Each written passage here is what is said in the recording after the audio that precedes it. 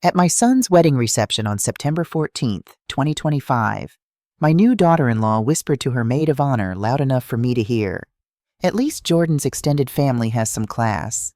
His mother, though, bless her heart, living off Social Security and church donations. I give her 2 years before she's in a nursing home." I'm Eleanor Riggs. I'm 64 years old, and I want to tell you my story. If you're listening from somewhere far away, drop your city in the comments so I can see how far this has traveled. And please, stay with me until the end. I was standing just outside the bridal suite at the Whitmore Estate in Virginia, holding a small gift box with the pearl earrings my late husband Thomas had given me on our 30th anniversary.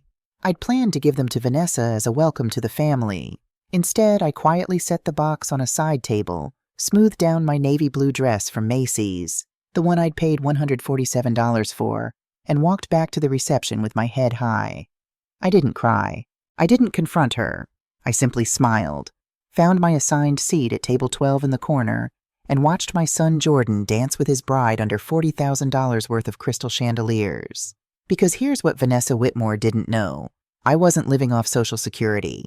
I was living off an investment portfolio worth $890 million. And I just decided it was time to stop being invisible. The Whitmore Estate was the kind of place you see in Southern Living magazine.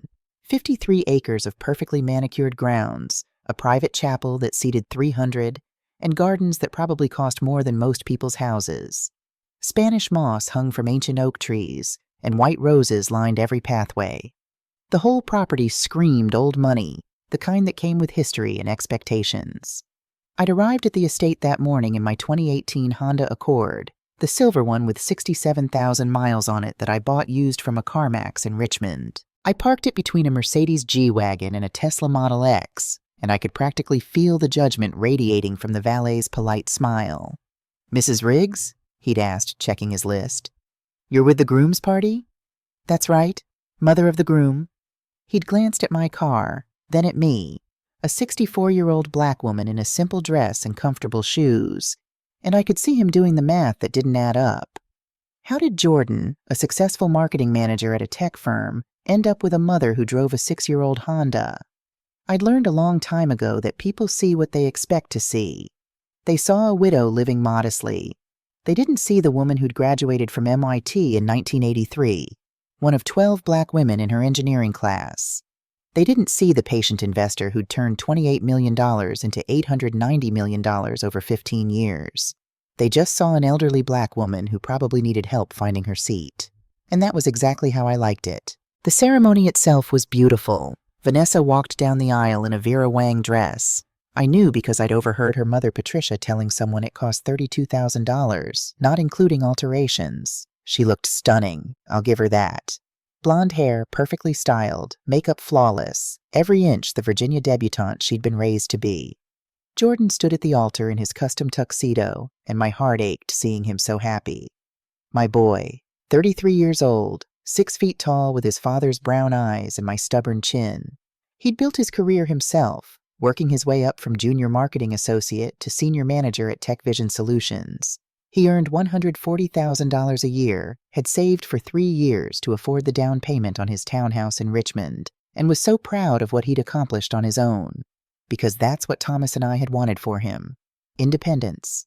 The knowledge that he could stand on his own 2 feet. When Thomas died 5 years ago, May 3rd, 2020 at 3:47 in the afternoon, I'd held Jordan's hand at the hospital and made a decision.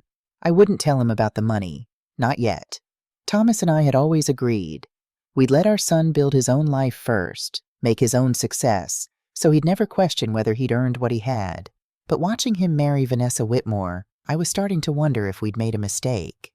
I'd met Vanessa exactly 3 times before the wedding.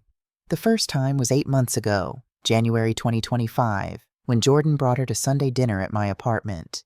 She'd walked in wearing Louboutins that cost more than my monthly rent, or at least what people thought was my monthly rent. "Mrs. Riggs," she'd said, offering a delicate handshake. "What a cozy apartment. Very practical." She'd spent the evening asking pointed questions. Did I need help with my finances? Had I considered downsizing? Was I worried about medical expenses as I got older? Jordan had seemed oblivious, but I'd caught the way she'd inventoried my furniture, noting the second-hand couch and the old television. What she didn't notice was the Matisse print on my wall, an original lithograph from 1961, worth about $45,000. Or the first edition James Baldwin novel on my bookshelf, valued at $12,000. Or the small jade sculpture from the Tang dynasty that Thomas and I had bought at auction in 2015 for $78,000. People don't see what they're not looking for. The second time I met Vanessa was at the Whitmore family Easter dinner in April.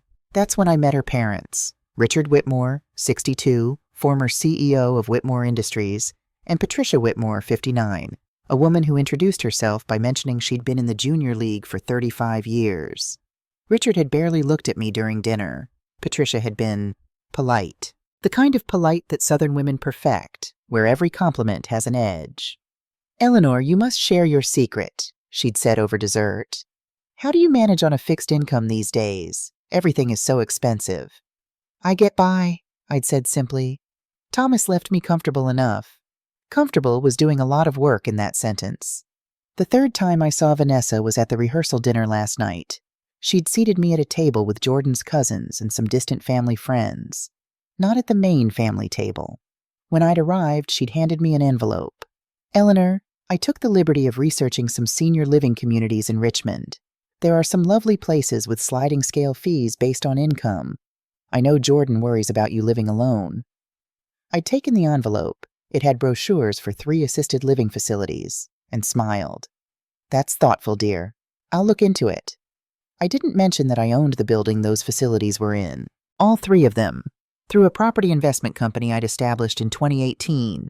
But now, sitting at table 12 during the reception, watching Vanessa laugh with her sorority sisters, I realized I'd been too patient, too invisible. Because what I'd overheard outside the bridal suite wasn't just cruel, it was calculated. The reception was in full swing. A 12-piece orchestra played jazz standards. Ice sculptures shaped like swans were melting slowly in the Virginia heat. The bar was offering top-shelf liquor, and I'd counted at least 400 guests.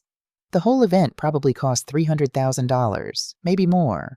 I was picking at my salmon, perfectly cooked, served with asparagus and a lemon butter sauce, when I noticed Richard Whitmore staring at me from across the room. He was standing near the bar, champagne in hand, and his expression had changed from the polite disinterest he'd shown me at Easter to something else. Recognition? Confusion? He leaned over to Patricia, whispered something. She turned to look at me, her perfectly plucked eyebrows rising. Then Richard started walking toward my table, Patricia and Vanessa following. This was it. The moment everything changed. "Eleanor," Richard said, his voice tight. "May I speak with you for a moment?" Of course. Vanessa was smiling, but there was something predatory in it. "Mom, Dad, and I just wanted to thank you again for coming. We know it must have been difficult to afford the trip. I lived 45 minutes away, but I let it go." Richard was still staring at me, and then he said the words that shattered my careful invisibility. "Forgive me, but Eleanor Riggs, you graduated from MIT in 1983, correct? Engineering?" "That's right." "And you were married to Thomas Riggs.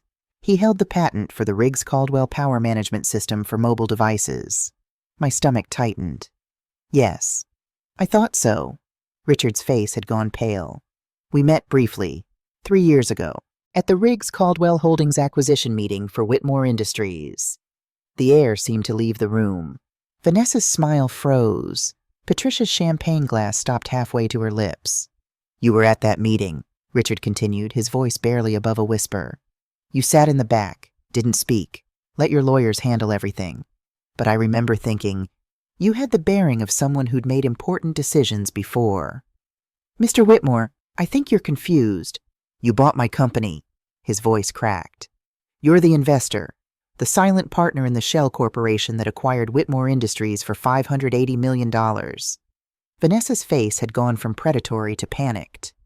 "Daddy, what are you talking about? Eleanor is...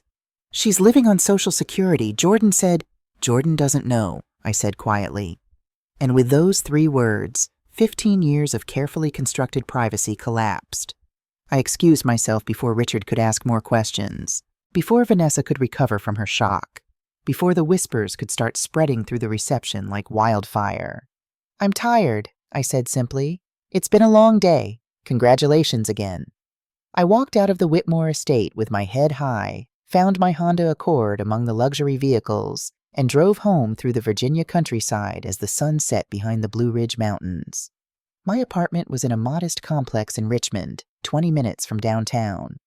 2 bedrooms, 1 bathroom, $1,450 a month. The furniture was comfortable but unremarkable.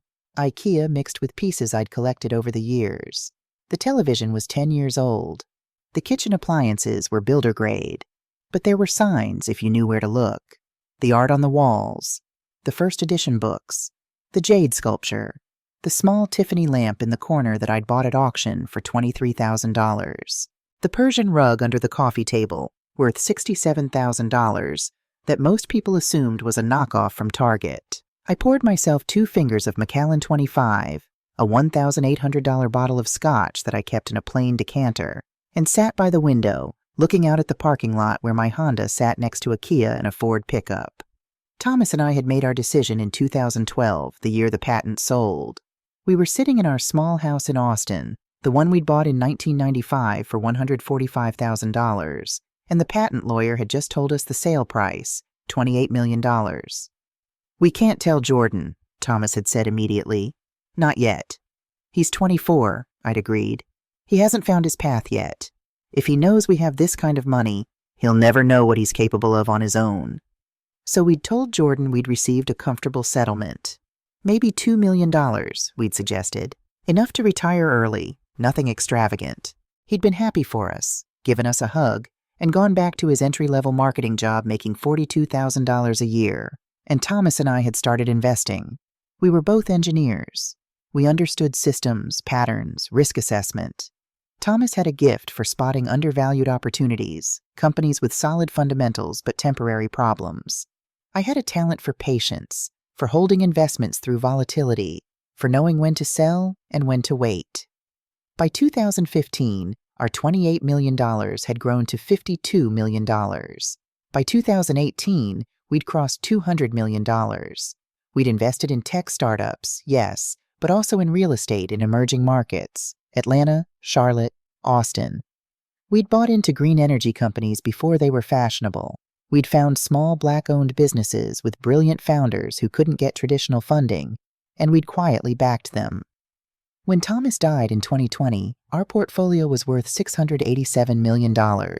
I'd been 59 years old, newly widowed, and managing more wealth than I'd ever imagined.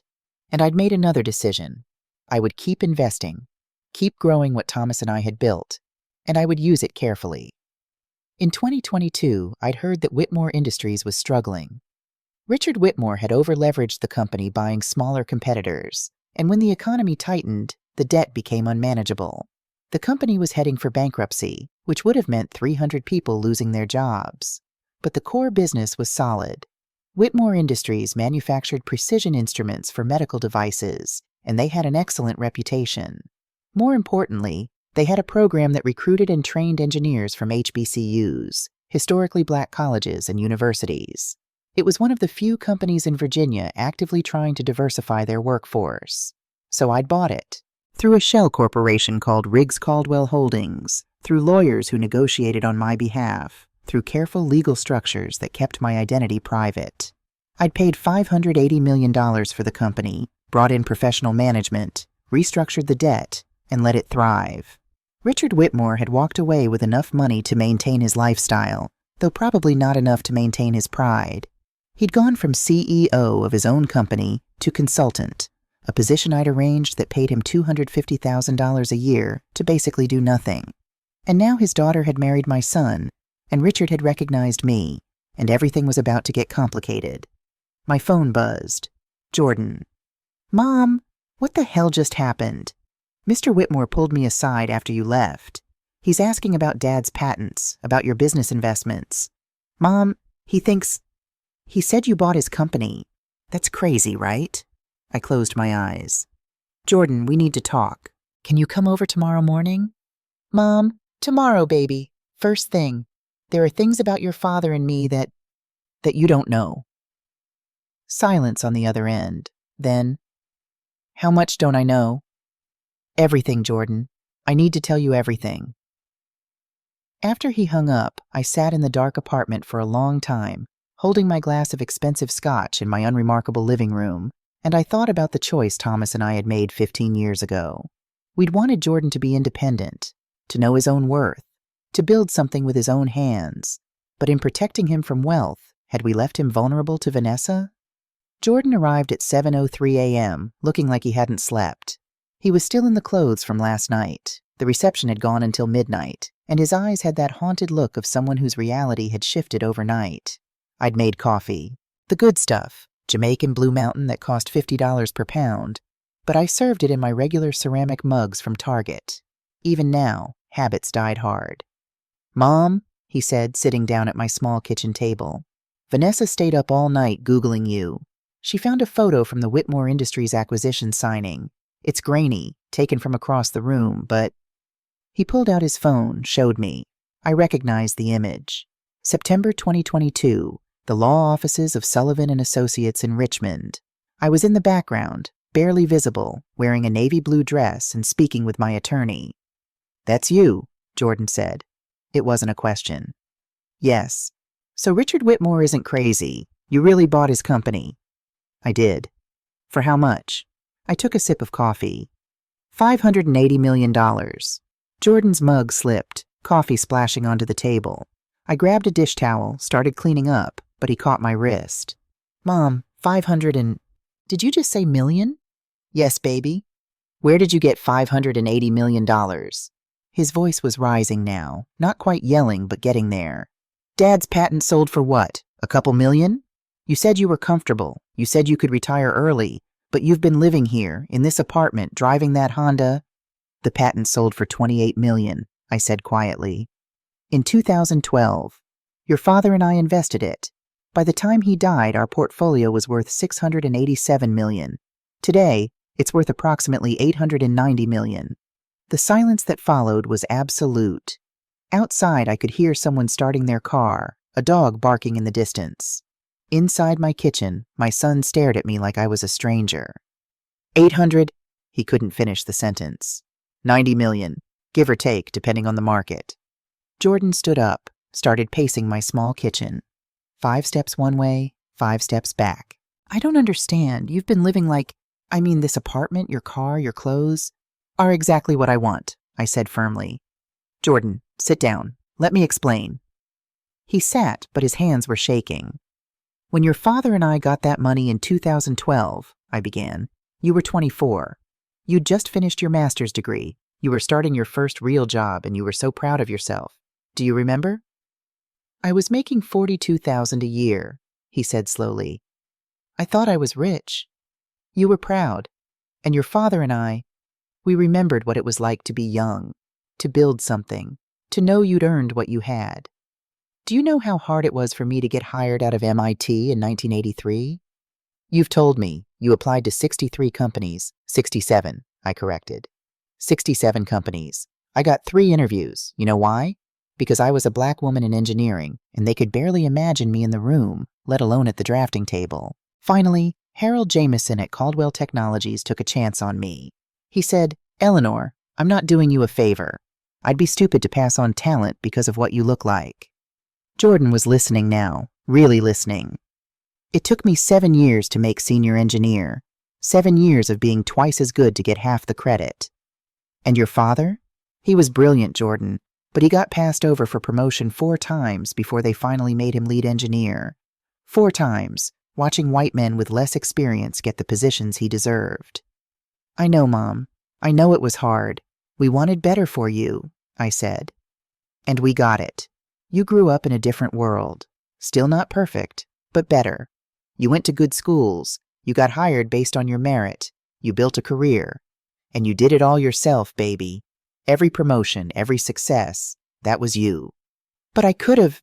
His voice cracked.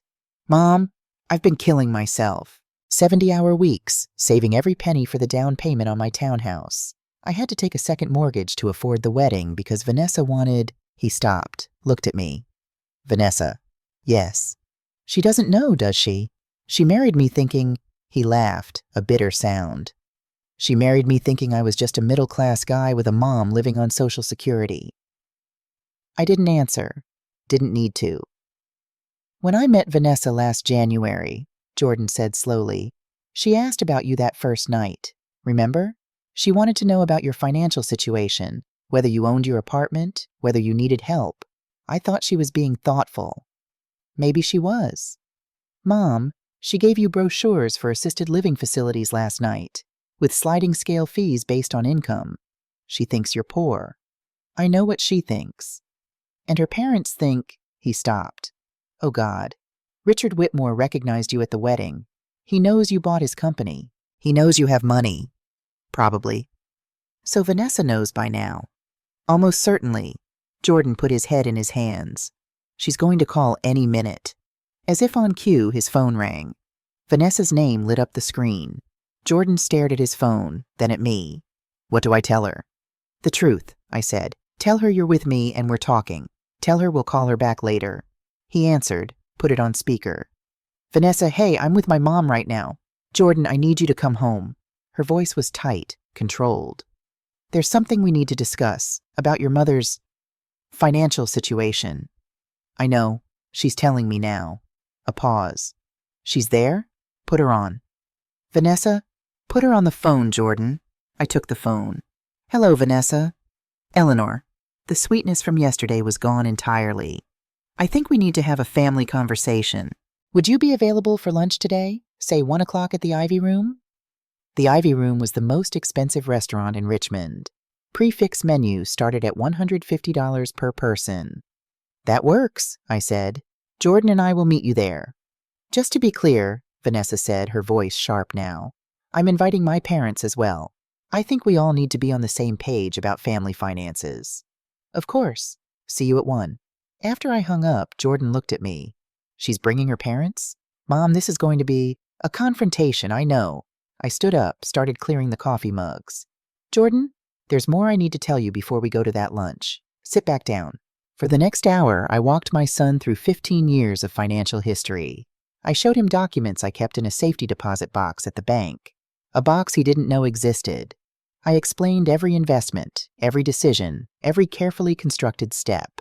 After your father and I sold the patent in 2012, we started with conservative investments, I explained, spreading papers across my table. Blue chip stocks, index funds. We made our first million in profit by 2013. But then, I continued, pulling out another folder, your father noticed something. We were watching tech startups. This was 2013, 2014. Everyone was talking about the next big thing. But Thomas, he had this gift for seeing past the hype. He'd look at a business plan and see the real value. Like what? Remember that solar panel company, Sunrise Tech? The one that went public in 2016? The one that Warren Buffett invested in? We invested 2 years before Buffett did. Put in $3 million when they were still in a garage in Palo Alto. When they went public, that investment was worth $47 million. Jordan's eyes widened. We did that a dozen times, I said. Small investments in companies we believed in. Some failed. We lost money on a biotech company in 2015 and a clean water startup in 2017. But the ones that succeeded more than made up for it. I pulled out a real estate folder. Then we started buying property. Not flashy stuff, no mansions or penthouses. We bought apartment buildings in Atlanta when everyone thought the city was overpriced. We bought warehouses in Austin before Amazon came to town. We bought office space in Charlotte when the banking sector was rebuilding. How much property? 17 buildings. Total value as of last month, $203 million. Jesus, Mom. And then there was Whitmore Industries, I said. In 2022, I heard the company was struggling. Richard Whitmore had made some bad decisions. Like what? He bought 6 smaller companies between 2019 and 2021. Paid too much for them, financed the purchases with debt. When interest rates went up, the company couldn't make payments. They were headed for bankruptcy. But the company was good? The core business was excellent. They made precision instruments for surgical equipment, specialized work, skilled workers. And they had this program, Jordan, that recruited engineers from Howard, Spelman, Florida A and M. They were actively trying to diversify tech and engineering in Virginia. So you saved it. I bought it. Through a shell company, through lawyers, through structures that kept my name out of it. Paid $580 million, restructured the debt, brought in a CEO who knew what she was doing. The company's thriving now. We've added 140 jobs in 3 years. We? I'm the owner, Jordan. I don't run it day to day, but I make the big decisions. Executive hiring, expansion plans, community programs. Jordan was quiet for a long moment. What else? I smiled slightly. Stocks and bonds, approximately $220 million. Cash and equivalents, $45 million. Various other investments, including 3 tech startups, a stake in a media company, and minority ownership in a hotel chain, roughly $70 million. That adds up to $890 million, I finished, plus or minus, depending on market fluctuations. And you've been living here. He gestured around my modest apartment. Driving a Honda, shopping at Macy's. Jordan, I like this apartment. I like my Honda. It's reliable, gets good gas mileage. And I like shopping at Macy's because they have a good selection and reasonable prices. But I could buy a mansion, yes. I could drive a Bentley. I could wear designer clothes every day. But why? So strangers can judge me? So people can see a rich black woman and make assumptions? I spent 40 years being underestimated, baby. I learned to use it. Jordan stood up, walked to the window, looked out at the parking lot. All this time, he said quietly, I thought I was taking care of you, making sure you were okay after Dad died. And you've been taking care of myself, taking care of our legacy, taking care of the community through investments and donations you didn't know about. I joined him at the window. I've given $12 million to scholarship funds at HBCUs in the last 5 years. I've invested $28 million in Black-owned businesses. The apartment building 3 blocks from here? I bought it in 2021 and kept the rents below market value so working families could stay in the neighborhood. Why didn't you tell me? Because your father and I wanted you to know who you were before you knew what you came from. And because, I took a breath, because I didn't know who you'd marry. And I wanted to make sure anyone who loved you for you, not for what they thought they could get. Jordan turned to face me. You never trusted Vanessa. I didn't know her well enough to trust or not trust, but I was careful. And now? Now she knows. Now she suspects, which means we need to be very careful about what happens next. My phone buzzed. A text from an unknown number. Eleanor, this is Richard Whitmore. I think we need to have a frank conversation before lunch. May I call you? I showed Jordan the text. He sighed. It's going to be a long day. Yes, I agreed. It is. But Jordan, I need you to understand something. Whatever happens with Vanessa, whatever comes next, I need to know you're okay, that you understand why your father and I did what we did. He looked at me for a long moment. My son who'd worked so hard to build his own life, who'd been so proud of his independence. Finally, he nodded. I get it, Mom. I'm not happy about the secrets, but I get it. You wanted me to earn my own way. You did earn it, every bit of it. But now? He gestured at the phone, at the text from Richard Whitmore. Now what? Now, I said, we go to lunch, and we find out exactly what Vanessa wants. Before we could leave for lunch, Jordan's phone rang again. This time he just answered on speaker without asking. Jordan, it's Patricia, Vanessa's mother. I'm calling because I think there's been a misunderstanding, and I'd like to clear it up before we all sit down to lunch. What kind of misunderstanding? Jordan asked. Well, Richard seems to think he met your mother at some business meeting. But that doesn't make sense, does it? Eleanor is a retired engineer, living on her pension and Social Security. Richard must have confused her with someone else. I could hear the hope in her voice. The desperate wish that what Richard remembered wasn't true. Because if it was true, then the Whitmores had spent months looking down on a woman who could buy and sell them several times over. Mom was at that meeting, Jordan said flatly. She bought Whitmore Industries. Silence. Then, that's impossible. It's not. She's been explaining it to me all morning. Jordan, honey, I think your mother might be confused. Perhaps she's... Well, people her age sometimes get confused about... Mrs. Whitmore, I said, taking the phone from Jordan. I am not confused.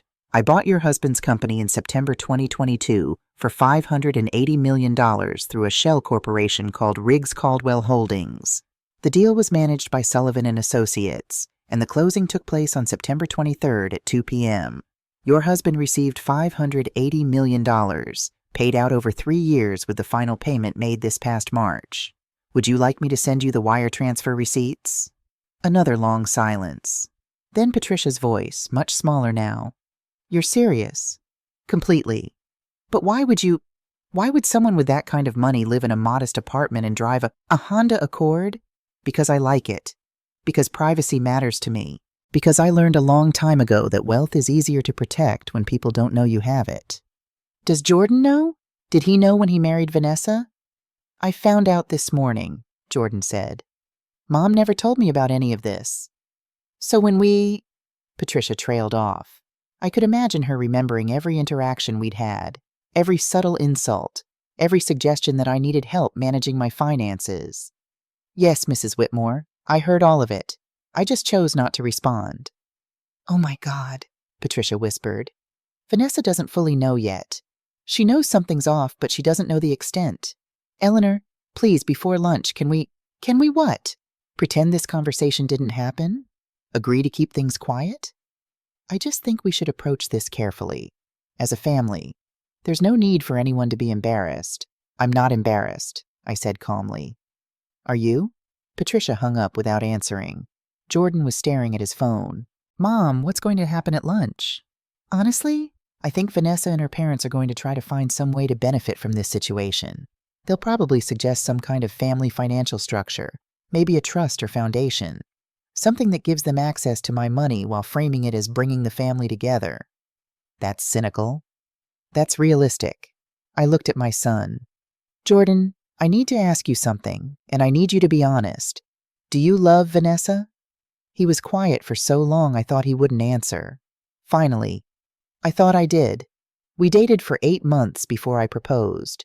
She was beautiful, smart, from a good family. She seemed to care about me, about building a life together. But now I'm thinking about all the questions she asked early on. About you, about our family, about finances. And I'm wondering if she was vetting you as a prospect, not falling in love with you? Yeah, that's something you'll need to figure out. But Jordan, whatever you decide about your marriage, I support you. This money doesn't change that. You're still my son, and your happiness matters more to me than anything. He hugged me then, and I held him tight, this man I'd raised to be strong and independent and good. And I thought about Vanessa Whitmore, who'd looked at my son and seen a means to an end, who'd whispered to her friend that I'd be in a nursing home in 2 years. I'd spent 40 years being underestimated, being invisible, letting people assume I was less than I was. But at 1 p.m. today, at lunch at the Ivy Room, I was going to start being visible. And Vanessa Whitmore was going to learn that the woman she'd dismissed was the woman who held all the cards. The Ivy Room sat on the top floor of the Monroe Building, a building I'd quietly purchased in 2019 for $23 million. The irony wasn't lost on me as I stepped off the elevator at 12:58 p.m., watching Vanessa hold court at a corner table with her parents. She'd changed since yesterday. The cream Chanel suit probably cost $8,000, her hair pulled into a severe bun that emphasized her cheekbones. This was Vanessa in business mode, ready for negotiation. Richard Whitmore stood when Jordan and I approached.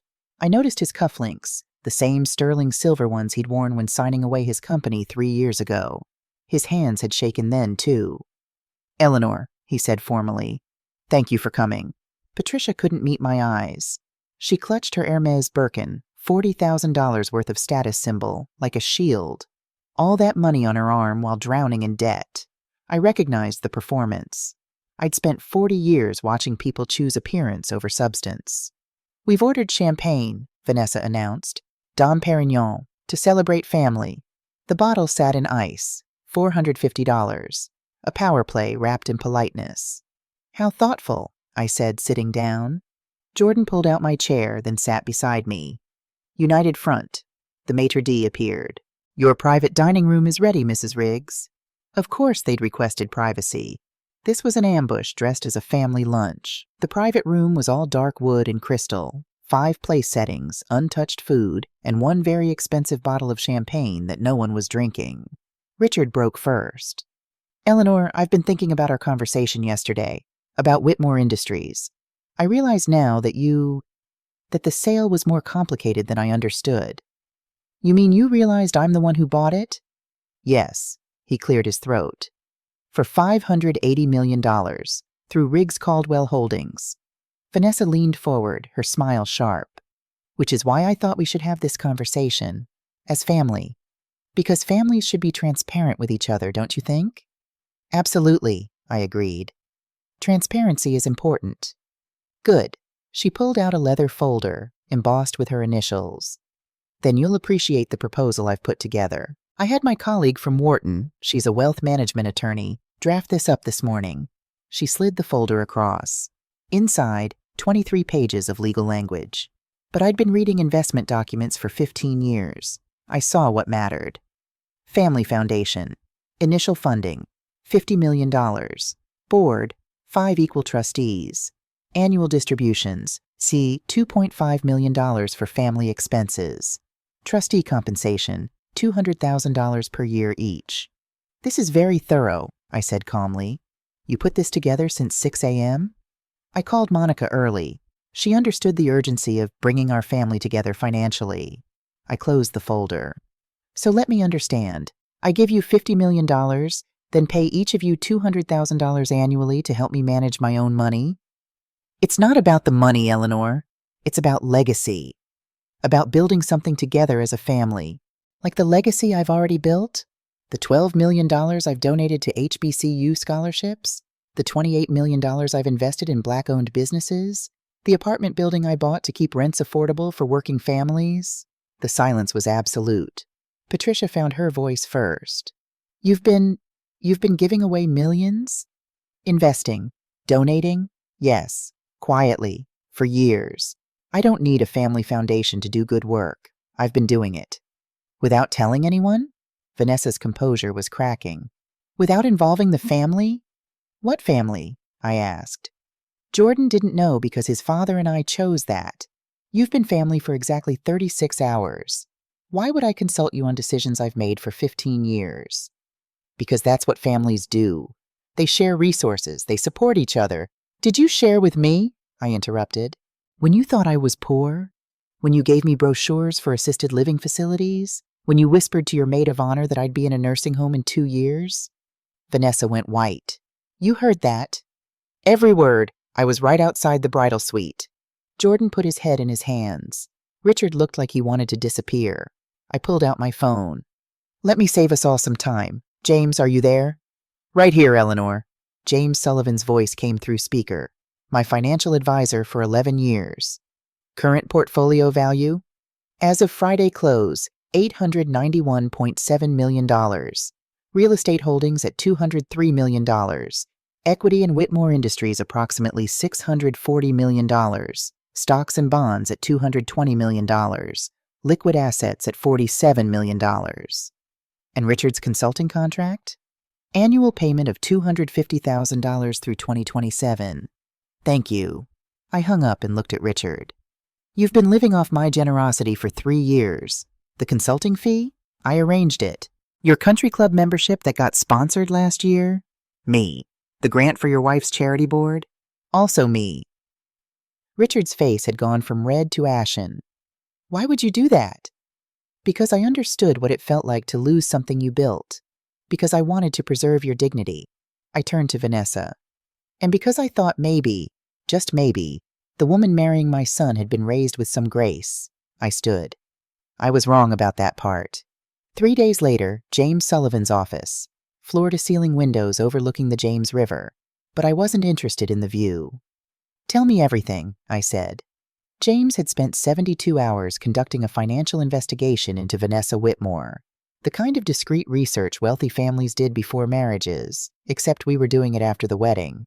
He opened a laptop. Vanessa Rose Whitmore, born March 14, 1996, UVA undergraduate, Wharton MBA 2021. I know her credentials. The degrees are real, but after Wharton, she applied for 47 jobs. Investment banks, consulting firms, corporate finance. Rejected by all of them. All 47? Background checks revealed discrepancies in her work history. She claimed internships at Whitmore Industries from 2016 to 2020, but she was never on payroll. She shadowed her father, attended meetings, but had no actual responsibilities. When employers verified, word spread. By 2022, she was essentially blacklisted. I absorbed this. One exaggeration, one lie about experience, and her entire career imploded before it started. What did she do then? Freelance consulting. LinkedIn says independent financial advisor. Actual income? He pulled up tax returns. $43,000 in 2022, $38,000 in 2023, $51,000 last year, most from one client, her father's friend. An MBA from Wharton, making less than an entry-level analyst. No wonder she was desperate. The Whitmore family finances, James continued, pulling up property records. The estate where the wedding took place? Mortgaged for $8.2 million. Current value $9.6 million. Equity $1.4 million. But they've been taking home equity loans.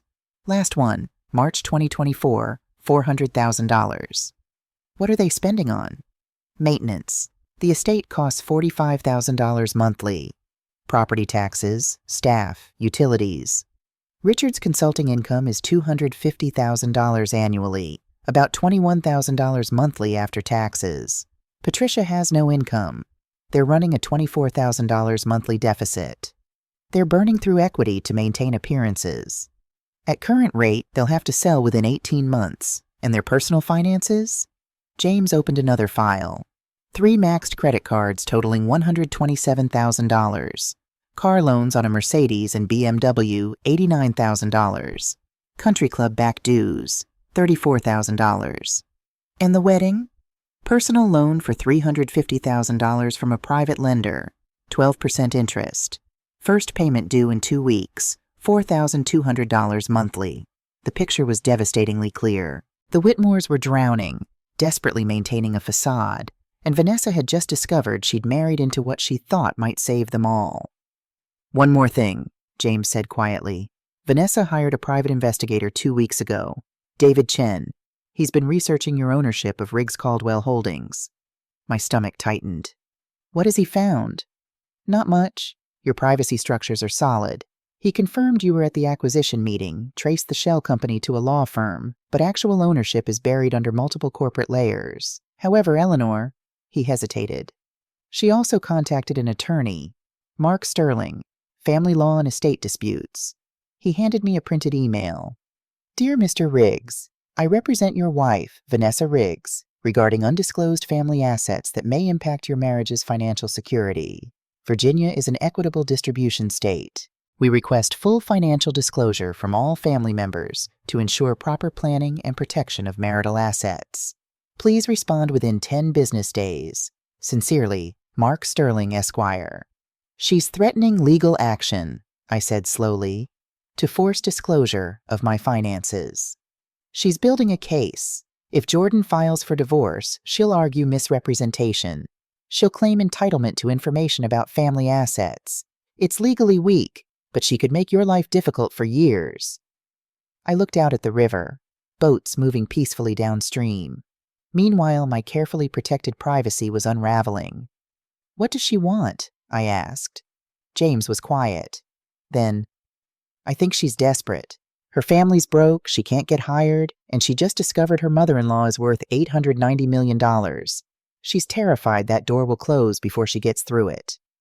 So this isn't greed. It's survival. Does that distinction matter? I thought about Vanessa at 29. Prestigious degree she couldn't use. Parents losing everything. A marriage that might not save her after all. I thought about myself at 25. Applying to 67 companies. Hearing no 66 times. Desperate to prove myself. I'd been desperate once too. The difference was, I'd never tried to take from someone else. But I'd also had Harold Jameson, who'd given me a chance when no one else would. James, I said slowly, what if we offered her a real opportunity? Not money, a job. Something where she'd have to prove herself. Eleanor, she hired investigators. She threatened lawyers. Why would you help her? Because maybe she's not evil. Maybe she's just scared. But before I could call Jordan to discuss it, my phone rang at 11:47 that night. Unknown number. Eleanor? It's Vanessa. Her voice was different, small, frightened. It's late, Vanessa. I know. I'm sorry. I need to talk to you. Not about lawyers or money. I need to talk to you as a person. I'm listening. A pause, then. You know about David Chen, don't you? The investigator. Yes. And Mark Sterling, the lawyer. Yes. And you know my family is broke, that we're losing everything. I know. She was crying now, trying to hide it. I wasn't supposed to end up like this. I did everything right. Good schools, perfect grades, the right degree. None of it mattered. Nobody would hire me because I exaggerated one internship. One lie, and my career was over before it started. I stayed silent, let her continue. My parents spent everything keeping up appearances, the estate, the clubs, the cars, all of it borrowed. And I watched them drowning, and I thought, if I could just marry someone stable, we'd be okay.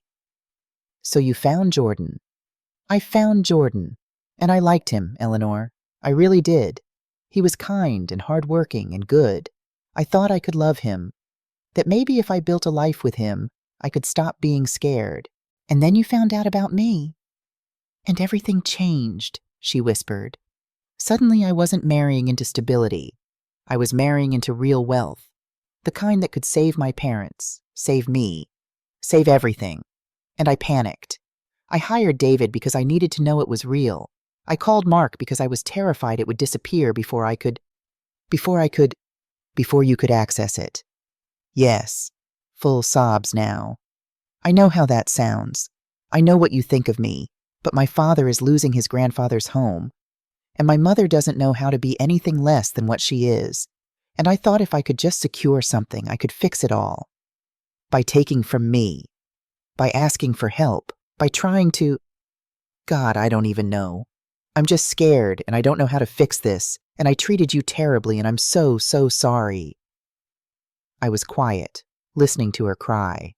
Finally, Vanessa, do you love my son? I don't know. I wanted to. I tried.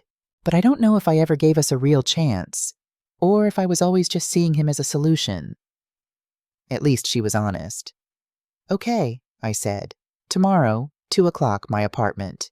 You, Jordan, and me. I'm going to offer you something. Not money. Something better. A chance to prove what you're actually capable of. What do you mean? You'll find out tomorrow. But Vanessa, this only works if you're willing to really try. If you're willing to earn instead of take. Can you do that? A long silence. Then I don't know, but I want to try. Then we'll see you at 2. After hanging up, I sat in the darkness, thinking about second chances and desperation and the line between them. Thomas used to say, the measure of a person isn't their worst moment. It's what they do with the chance to be better. Tomorrow, I'd find out if Vanessa Whitmore deserved that chance, or if I was making the biggest mistake of my life. At exactly 2 p.m., the next day there was a knock on my apartment door. I'd spent the morning preparing, not my apartment, which looked the same as always, but myself. I'd made coffee, I'd pulled out documents I needed, and I'd prayed for wisdom, the way my mother taught me to do before every important decision. Jordan arrived first at 1:45. He kissed my cheek, but didn't say much. Just sat on the couch, hands clasped between his knees, waiting. When I opened the door for Vanessa, I barely recognized her. No designer suit today. She wore jeans and a simple white blouse, her hair pulled back in a ponytail. No makeup. Her eyes were red from crying, and she looked younger than her 29 years. Vulnerable. "Thank you for seeing me," she said quietly. "Come in. Sit down." She sat in the armchair across from Jordan. They didn't look at each other. The distance between them, maybe 6 feet of space, felt like miles. I poured 3 cups of coffee, set them on the table, and sat down. "Vanessa," I began, "last night you called me. You told me you were scared, that your family is in financial trouble, and that you don't know if you ever really gave your marriage a fair chance. Is that still true this morning?" She nodded, not trusting her voice. "Jordan, your wife hired a private investigator to research me. consulted with a lawyer about forcing financial disclosure, and created a foundation proposal designed to access my assets within 24 hours of discovering I had money. How does that make you feel?" Jordan's jaw tightened. Betrayed, angry, confused, like our entire relationship might have been a lie. "Vanessa, do you understand why he feels that way?" "Yes," she whispered. "Do you think he's wrong to feel that way?" "No, I wasn't thinking about him. I was only thinking about survival." I nodded. "Okay, now that we're all being honest, I need to tell you both something. Something I haven't told anyone." I pulled out a folder from the cabinet beside my chair. Inside were bank statements, wire transfer receipts, copies of cashier's checks. I spread them across the coffee table. "These are records of anonymous payments I've made over the past 5 years," I said, "to various accounts, various recipients, all tied to one family." Vanessa leaned forward, scanning the documents. Her face went pale as she started reading. March 2021. Anonymous grant to the Whitmore Estate Historical Preservation Fund, $200,000. That saved the estate from foreclosure that year. Richard had told them it was from the Virginia Historical Society. It wasn't. September 2022. Payment of country club back dues for Richard and Patricia Whitmore, $34,000. Listed as an anonymous benefactor. December 2023. Emergency maintenance fund for the Whitmore estate, $300,000. Routed through a property management company. Vanessa was shaking now. "The roof repair, the HVAC system. Daddy said he'd gotten a business loan. There was no loan. I paid for it." "But why?" She looked up at me, tears streaming down her face. "Why would you help us when you didn't even know us?" "I knew enough," I said quietly. "I knew Richard had lost his company and was struggling to maintain his dignity. I knew your mother was terrified of losing her social standing. And I knew," I paused. "I knew what it was like to be judged for things I couldn't control. To have doors slammed in my face because of how I looked." I pulled out another document. "This one's from January 2024, 6 months before you met Jordan, Vanessa. An anonymous scholarship to help cover your Wharton student loans, $25,000. She stared at the paper like it might burn her. "The loan forgiveness program I qualified for, that wasn't real?" "It was real. I just funded it privately." "Oh my God." She put her face in her hands. "You've been helping us all along. And I tried to take from you. I hired investigators. I threatened you with lawyers." "Yes, you did." Jordan was looking at me with something like awe. "Mom, you gave them almost $1 million over 5 years? $560,000 to be exact. I kept track." "Why didn't you tell me?" "Because it wasn't about credit, baby. It was about doing what was right. The Whitmore family was struggling, and I had the resources to help. So I did." I looked at Vanessa. "I helped because I believed that given the chance, people could be better than their worst circumstances. I helped because someone once helped me when I needed it most. But Vanessa?" My voice hardened slightly. "I didn't help so that you could demand more. I didn't help so that you could manipulate my son and try to access my accounts through legal threats." "I know. I'm so sorry. I'm not finished." I leaned forward. "Here's what I've learned in 64 years, Vanessa. Desperation makes people do ugly things. I understand that. But at some point, you have to decide what kind of person you want to be. The kind who takes or the kind who earns." I pulled out 2 more documents from my folder. "I'm going to give you a choice, and this choice will determine everything that happens next." I slid the first document across the table. "Option 1. This is a settlement agreement. I will pay you $2 million. In exchange, you will sign divorce papers, leave Jordan's life quietly, and agree to never contact our family again. Your parents will keep the estate for another 5 years. I'll continue the anonymous support. But you walk away." Vanessa stared at the paper but didn't touch it. I slid the second document over. "Option 2. This is an employment contract. Vice President of Operations at Whitmore Industries. Salary is $120,000 per year. You'll report directly to CEO Michelle Torres. You'll have real responsibilities: supply chain management, vendor relations, operational efficiency. You'll work 45 to 50 hours a week. You'll be judged on your performance, not your last name or your connections." "You want me to work for you?" Her voice was barely audible. I want you to work for yourself, to prove that your Wharton MBA means something, to show that you can build something instead of just taking from others. But the company, you own it. And I've stayed out of day-to-day operations for 3 years because I hired good people to run it. Michelle Torres is one of the best operations executives in Virginia. She'll expect excellence. She won't care about your history, your family name, or who you're married to. She'll only care about results. Jordan spoke for the first time. What about our marriage? I looked at my son. That's between you two. The job offer stands regardless of whether you stay married or not.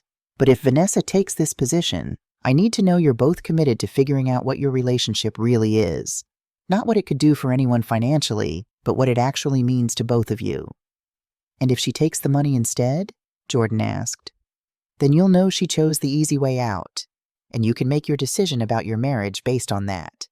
Vanessa was staring at both documents, hands trembling. I don't understand. After everything I've done, why would you give me this choice? Because someone gave me one once, I said simply. Harold Jameson looked at a young black woman who'd been rejected 66 times and said, I'd be stupid to pass on talent because of what you look like. He gave me a chance when no one else would, and that chance changed my entire life. I stood up, walked to the window. I'm 64 years old, Vanessa. I've spent 40 years being underestimated, being invisible, being dismissed because of my race and my gender. And you know what I learned? The people who dismissed me, they lost. They lost out on my talent, my contributions, my work. But I didn't lose, because I found people who believed in me. I turned back to face her. I don't know if you have talent. I don't know if you can do this job. But I know that nobody's ever really believed in you before. Your parents raised you to marry well, not to be excellent. Your business school taught you theory, but no one gave you the chance to prove yourself in practice. So now I'm giving you that chance. What if I fail? Then you fail, but at least you'll have tried. At least you'll know whether you're capable of more than manipulation and shortcuts. Vanessa looked at Jordan. What do you want me to do? He shook his head. No, you don't get to put this on me. This is your choice, Vanessa. Do you want $2 million to walk away? Or do you want the chance to become someone who doesn't need to take from others?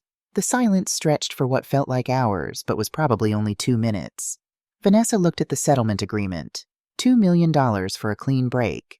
Then at the employment contract, a real job with real expectations. Finally, she picked up the employment contract. I want to try, she said, her voice stronger now. I want to see if I can actually do this. If I can be someone who earns instead of takes. I felt something loosen in my chest. Hope, maybe. Or just relief that I hadn't misread her entirely. Okay, I said. But there are conditions. Of course. First, you start Monday. You'll undergo the same onboarding as any new VP background check, HR orientation, meeting with all department heads. Michelle Torres will evaluate you after 90 days. If she's not satisfied with your performance, you're terminated. No second chances, no family favors. Understood. Second, you and Jordan go to marriage counseling, real therapy with a licensed counselor, once a week minimum, because you two need to figure out if there's a real marriage here or just a contract. Vanessa looked at Jordan. He nodded slowly. Third, I continued, you tell your parents the truth. You tell them you tried to manipulate me, that you got caught, and that I'm giving you a chance anyway. No more secrets. No more pretending. They're going to be devastated. Probably. But honesty is where trust starts, and without trust, you'll never have anything real with anyone. Vanessa took a deep breath, picked up a pen from the table, and signed the employment contract. Then Jordan spoke, and his words surprised us both. I have conditions too. Vanessa and I both looked at him. I'm not making any decisions about our marriage until we've done 6 months of therapy, he said firmly. 6 months of honest work, honest counseling, honest communication. At the end of 6 months, we'll both decide if this marriage is worth saving. Jordan, Vanessa started. I'm not finished. His voice was calm but firm. Mom, I appreciate what you're doing for Vanessa, but this isn't just about her. This is about me too. about whether I can trust someone who investigated my family, hired lawyers, and tried to access money that isn't hers. He stood up, looked at both of us. I love you, Mom. And I think I love you, Vanessa, or at least I loved who I thought you were. But I need to figure out who you actually are before I can commit to a future together. So we're doing this my way. Therapy, work, honesty, and at the end of 6 months, we'll see where we stand. I'd never been more proud of my son.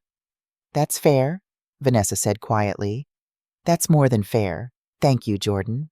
Thank you, Eleanor. I know I don't deserve this chance. Stop, I interrupted. Don't make this about deserving.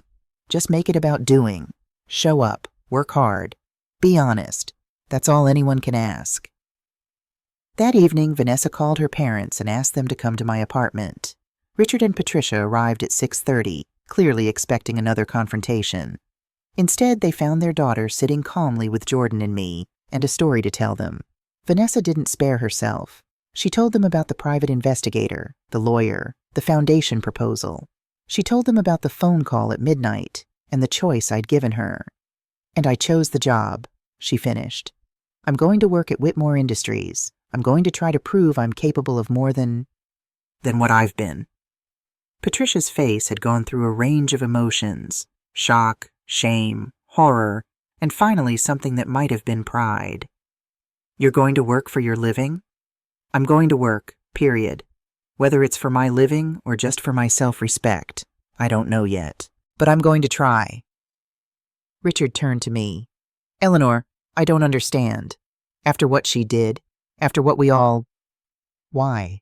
Because I remember what it felt like to be counted out, I said simply. And because I'd rather give someone the chance to surprise me than write them off completely. But we've been so rude, dismissive, presumptuous, I smiled slightly. Yes, you have. But Richard, I've also been giving you $250,000 a year for 3 years, and I've been anonymously supporting your family to the tune of $850,000 over 5 years. So maybe we're all capable of being better than our worst moments. Patricia started crying then. Not delicate tears, but deep, shaking sobs. I've been so terrible to you. At Easter, at the rehearsal dinner, I've said such awful things. You said what you believed to be true based on what you could see. That's not malice, Patricia. That's just limited vision. Why did you help us? Richard asked. Really? Why? I thought about that. Whitmore Industries has a program that recruits engineers from HBCUs. In 3 years, that program has hired 23 Black engineers who might not have gotten those opportunities elsewhere. That program exists because of your grandfather's commitment to it back in 1978, and your father's decision to expand it in 1992. You bought the company to preserve that program? That was part of it, yes. But I also bought it because I understood what it felt like to lose something your family built. And I thought maybe we could save something worth saving. Richard stood up, walked to the window, his back to us. When he spoke, his voice was thick with emotion. My grandfather started Whitmore Industries in 1947 with 2 employees and a workshop in his garage. My father expanded it. I almost destroyed it. And you saved it. And I've been too proud and too stupid to even see it. You saw it, I said gently. You just didn't want to believe it. Because believing it meant accepting that you'd lost control, and accepting help from someone you'd dismissed. He turned around. I'm sorry, Eleanor, for everything. The way I treated you, the assumptions I made. I'm deeply sorry.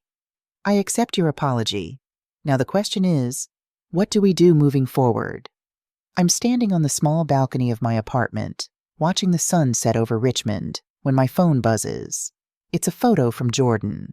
In the picture, he and Vanessa are hiking somewhere in the Blue Ridge Mountains. They're both sweating, grinning at the camera, Vanessa's hair escaping from her ponytail. They look happy. Real. The text below reads, finishing up month 6. Therapist says we're making good progress. V crushed her 90-day review at work. Michelle says she's a natural at operations. We're taking it slow, but Mom, I think we might make it. I smile, save the photo, and text back. I'm proud of both of you. Come for Sunday dinner? The response comes immediately. Vanessa says she'll bring dessert. The real kind, not the expensive catered kind. 6 months. In 6 months, a lot has changed. Vanessa did start at Whitmore Industries. Michelle Torres told me later that she'd been skeptical, another rich kid with connections and no substance. But Vanessa had surprised her. She'd worked 60-hour weeks that first month, learning every aspect of operations from the ground up. She'd sat with warehouse workers, interviewed vendors, analyzed supply chains until she could recite them in her sleep.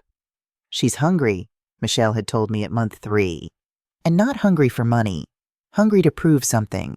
To herself, maybe. That's the best kind of hungry. At her 90-day review, Michelle had given Vanessa a rare commendation. Exceeds expectations. Coming from Michelle, that was like getting a standing ovation. Jordan and Vanessa had moved to a smaller place, Vanessa insisted.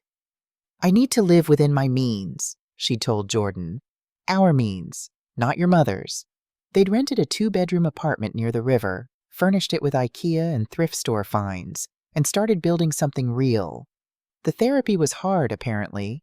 Jordan told me about sessions where they'd both cried, where Vanessa had confronted the ways she'd been raised to see marriage as a transaction rather than a partnership, where Jordan had admitted he'd fallen for the idea of Vanessa, beautiful, sophisticated, connected, without really seeing who she was underneath. But they were trying, really trying. Richard and Patricia had sold the Whitmore estate. It had hurt. Richard's grandfather's home, 4 generations of family history. But the carrying costs were destroying them, and pride wasn't worth bankruptcy. They'd moved to a comfortable townhouse in Richmond, and Richard had finally admitted to himself that he was retired. Really retired. Patricia had surprised everyone by getting a job. Nothing dramatic. She volunteered at the Virginia Historical Society 3 days a week. Then they'd offered her a paid position as a fundraising coordinator. She was making $45,000 a year, and according to Vanessa, was happier than she'd been in decades. She always wanted to work, Vanessa had told me last month, but Grandma convinced her that Whitmore women didn't work outside the home. Now she talks about her career, and she means it. As for me, I'd finally told a few more people about my wealth. Not everyone, I still liked my privacy, but I'd established the Thomas Riggs Foundation officially, no longer anonymous. We were funding engineering scholarships at HBCUs, supporting Black-owned tech startups, and investing in affordable housing in Richmond and Atlanta. And I'd bought a small house, not a mansion, a 3-bedroom Craftsman in a quiet neighborhood. I still drove my Honda, still shopped at Macy's, still lived simply. But the house had a garden, and I was learning to grow tomatoes and herbs, and I'd discovered I liked having space to breathe. My doorbell rings. I check the time. 7 p.m. exactly. Jordan and Vanessa are always punctual. When I open the door, Vanessa is holding a homemade pie. Apple from the looks of it. She's wearing jeans and a sweater, minimal makeup, and she looks lighter somehow. Like she's not carrying the weight of 1,000 pretenses anymore. Eleanor, she says, and then adds softly, thank you for everything. I hug her, something I've started doing in the last few months. Come in, both of you. Dinner's almost ready. As we sit down to eat, a simple meal of roasted chicken, vegetables, good bread, Jordan tells me about his promotion at work. Vanessa talks about a new efficiency system she's implementing at Whitmore Industries. They finish each other's sentences sometimes, laugh at inside jokes, touch each other casually in the way couples do when they're comfortable. They're going to make it, I think. Maybe not perfectly, maybe not without more hard work, but they're going to make it. After dinner, as we're cleaning up, Vanessa pulls me aside. Eleanor, I need to tell you something. Michelle offered me a new position, Director of Operations. It's a promotion, more responsibility, $145,000 a year. That's wonderful, Vanessa. You've earned it. That's the thing. She looks down at her hands. I have earned it. For the first time in my life, I've earned something completely on my own. Not because of my parents, not because of who I married, but because I worked hard and proved I could do it. How does that feel? She looks up, and there are tears in her eyes. It feels like I finally know who I am. Later that night, after Jordan and Vanessa have gone home, I sit in my small living room with a cup of tea and a photo album. Thomas and I, young and hopeful in Austin. Our wedding day. Jordan as a baby, a toddler, a teenager, a man. My phone buzzes. An email from the Thomas Riggs Foundation. Another scholarship recipient, a young Black woman from Atlanta, accepted to MIT for mechanical engineering. She wrote a thank you letter. Dear Mrs. Riggs, I'm the first person in my family to go to college. When I got into MIT, I thought I'd have to turn it down because we couldn't afford it. Your scholarship changed everything. I don't know how to thank you, except to promise that I'll work hard, and someday I'll help someone else the way you've helped me. With gratitude, Keisha Williams. I close my eyes, feeling something settle in my chest. Peace, maybe. Purpose. At 64, I've finally learned that the greatest wealth isn't what you hide in bank accounts or property deeds. It's what you build. Relationships, opportunities, futures. I spent 15 years being invisible because I was afraid. Afraid of judgment, afraid of being used, afraid of losing what Thomas and I had worked so hard to build. But invisibility didn't protect me. It just made me lonely. Now I'm visible. Not flashy, not famous, but present, real, using what I have to make space for others. Vanessa is learning that she's capable of more than she knew. Jordan is learning that love requires honesty, even when it's hard. Richard and Patricia are learning that there's dignity in letting go of pretense. And me? I'm learning that the best revenge isn't destroying the people who underestimate you. It's thriving loud enough that they can't ignore you, and then using that visibility to lift others up. I hear Thomas's voice in my head, the way I still do sometimes. Eleanor, the world made us fight so hard to get here. Don't let it make us hard. I didn't let it make me hard. I let it make me strategic, patient, wise enough to know the difference between justice and revenge, and wise enough to know that second chances aren't weakness. They're the foundation of every good thing I've ever built. Tomorrow, I'll wake up in my modest house, drive my Honda to the foundation office, and keep doing the quiet work of building something that matters. But tonight, I sit with my tea and my memories and my peace, and I think, this is what wealth really looks like. Not the numbers in bank accounts, but the lives you touch, the doors you open, the people you believe in when no one else will. At 64, invisible no more, I finally found what I was looking for all along. Not fortune, not revenge, not even justice. Just the simple, profound grace of becoming exactly who I was meant to be.